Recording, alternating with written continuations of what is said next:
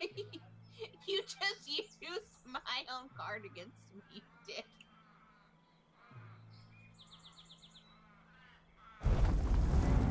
What the hell?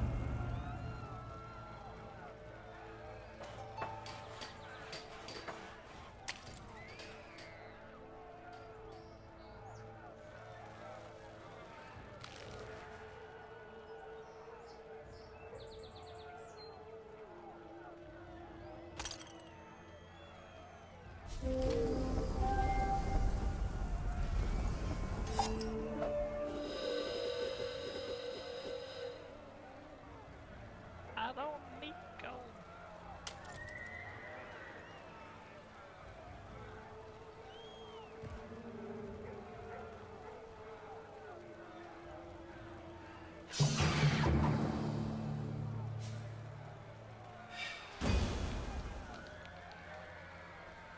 That thing is super corrupted.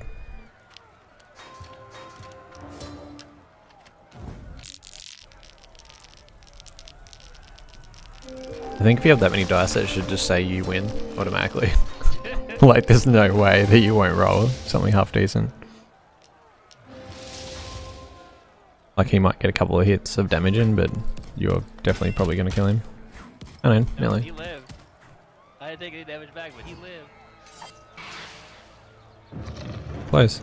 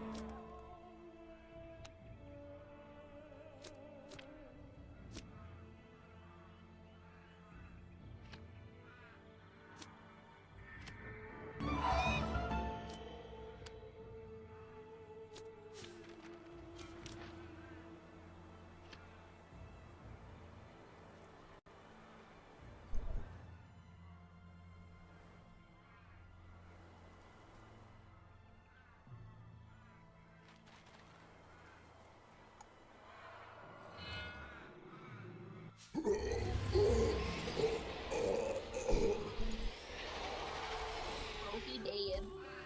He's Yep. so late. How'd you still win? Victory! Because he had, Even, still I had still highest had prestige. 7, even Yeah. after he stole 10 from me. I got a ton from murdering him over and over. Assassin, necromancer, destroyer, conqueror. Blood was getting close. Look at him with that 7 corruption. I was like, nah, man, I got this. I Yeah. got this.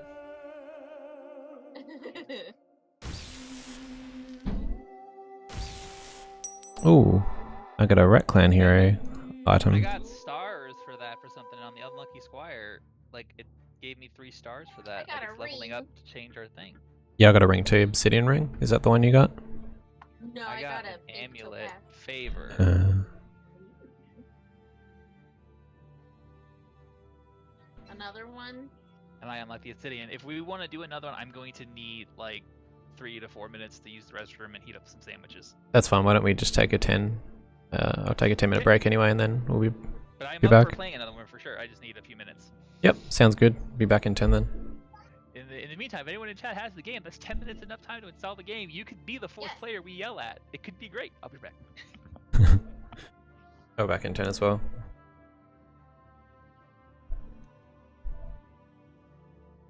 Thanks for looking, everyone. I appreciate it. All the hosts hanging out. Won't be too long. Hope you're enjoying watching this as much as I am playing this. What a fun game. I'll play some more Extra Life videos for you guys to watch so that people actually know what this is about. Good, it's a good cause. If I can find it.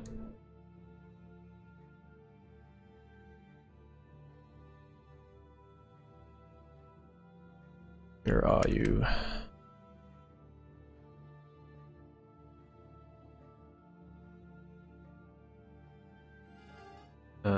That one.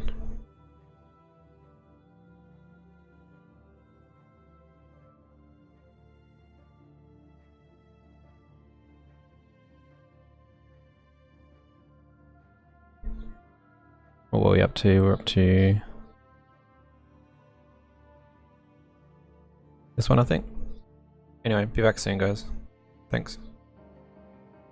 Existing between two beautiful rivers and beneath a spectacular canopy of trees lies the capital of California, Sacramento, the indomitable city. Through unfathomable odds, it has been the people of Sacramento that are and have always been indomitable. It just takes the bravery and courage of one person to unite the many and inspire their greatness. This is the story of one such person, a brave boy focused and determined, a boy with unconquerable will. One boy, one team, one hospital, and how chance brought them together to inspire greatness and help realize a boy's dream.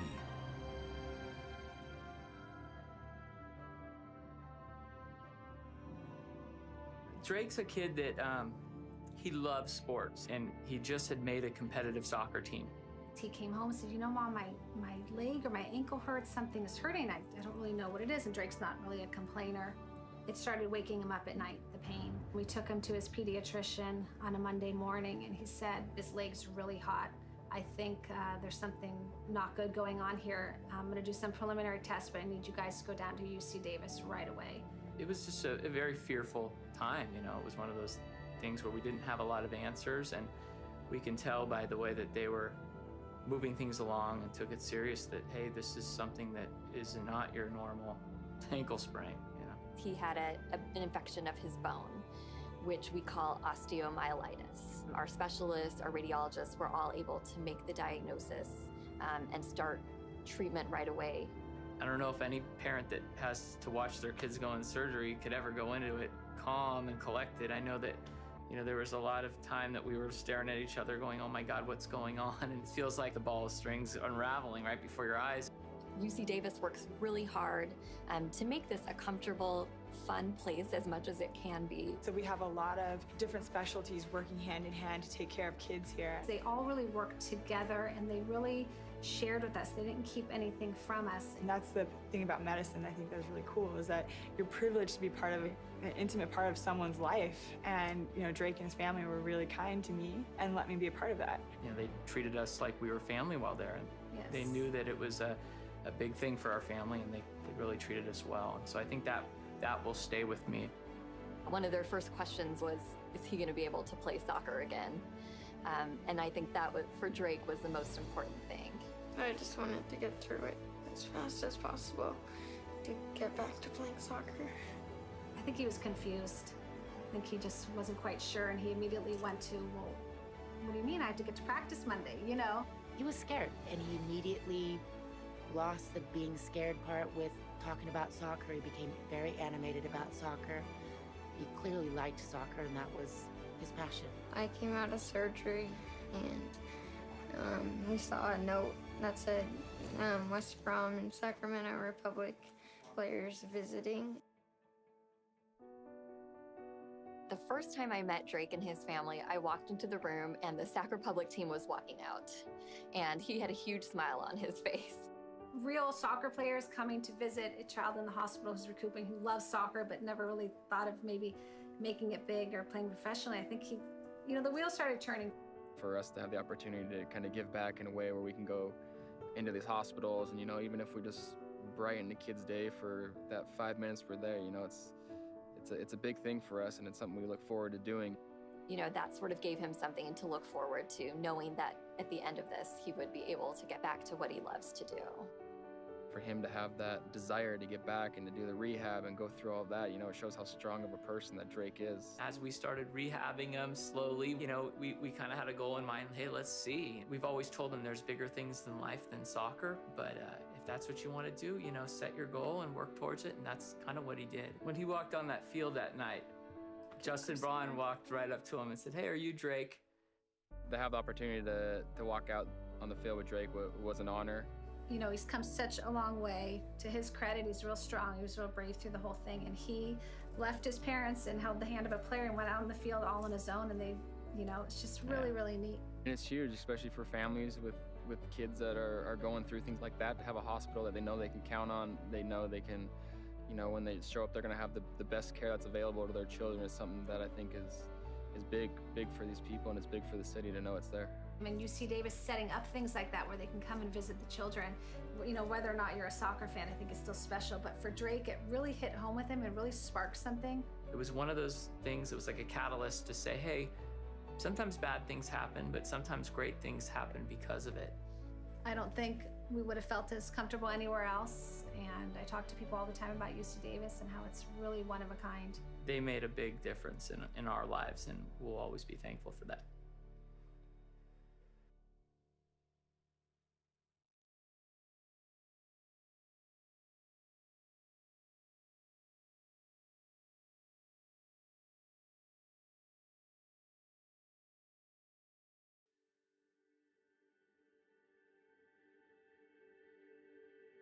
And it was at 9:15 Wednesday night on the 8th. The doctor came back in, and I noticed that the nurse shut the door behind her, and she put her hand on my shoulder and she said, sit down, we need to chat. And so I held Emily in my lap, and she just looked me right in my eyes, and she said her blood work came back and it's abnormal. You know, she has too many of the certain cells and not enough of other types of cells. She has leukemia. They admitted her right away up to the intensive care unit on the 10th floor here, and they started giving her blood and platelet transfusions. She was so low that her organs were going into failure, and that was the cause of her symptoms. So that was the beginning of our journey here at the hospital.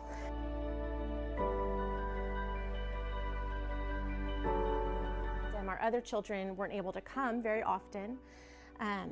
But they happened to be able to come and visit us on a Monday morning. And a volunteer came to our room and she said, hey, IHOP's down in the parking lot doing a pancake breakfast. I'll watch Emily for you. You guys can go downstairs and grab some pancakes together. It was the first thing we got to do as a family since she had been diagnosed. Of course, she had to stay up in her room, but we all got to go downstairs.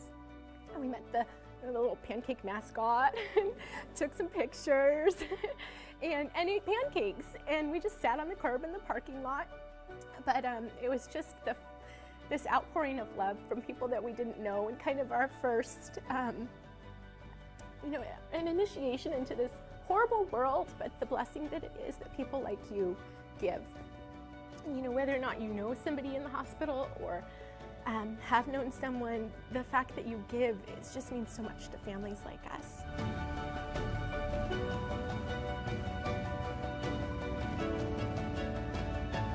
We love UC Davis. We feel blessed to have Emily treated there. We feel like everyone there is part of the family now, from her oncologist down to the janitors that empty the garbage in her room. You know, the best of the best doctors come here to practice, and all the research that's being done. In Emily's case, she didn't respond to the treatment. Like 95% of kids respond to the treatment and their cancer goes into remission within a month. And then they spend the next 2 years fighting the little bit that's left. But Emily didn't do that. If she had been diagnosed just a few years earlier, her chances of being here today were 10 to 30%. But because of research that had been done and that her doctors knew about, her doctor found out about it in March, the year she was diagnosed. And that's when he found out she didn't respond to the treatment. And so he said, this is what the new studies show. And he went forward with a different course of treatment for her that saved her life. And she's still here 3 years later.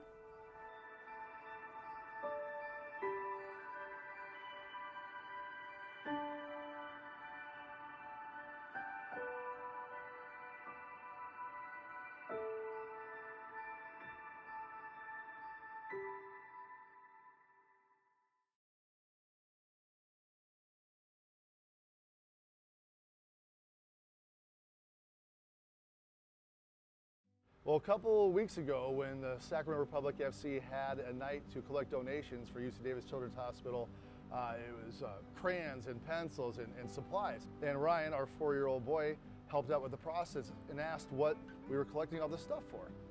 And we told him, hey, it's running completely on donations.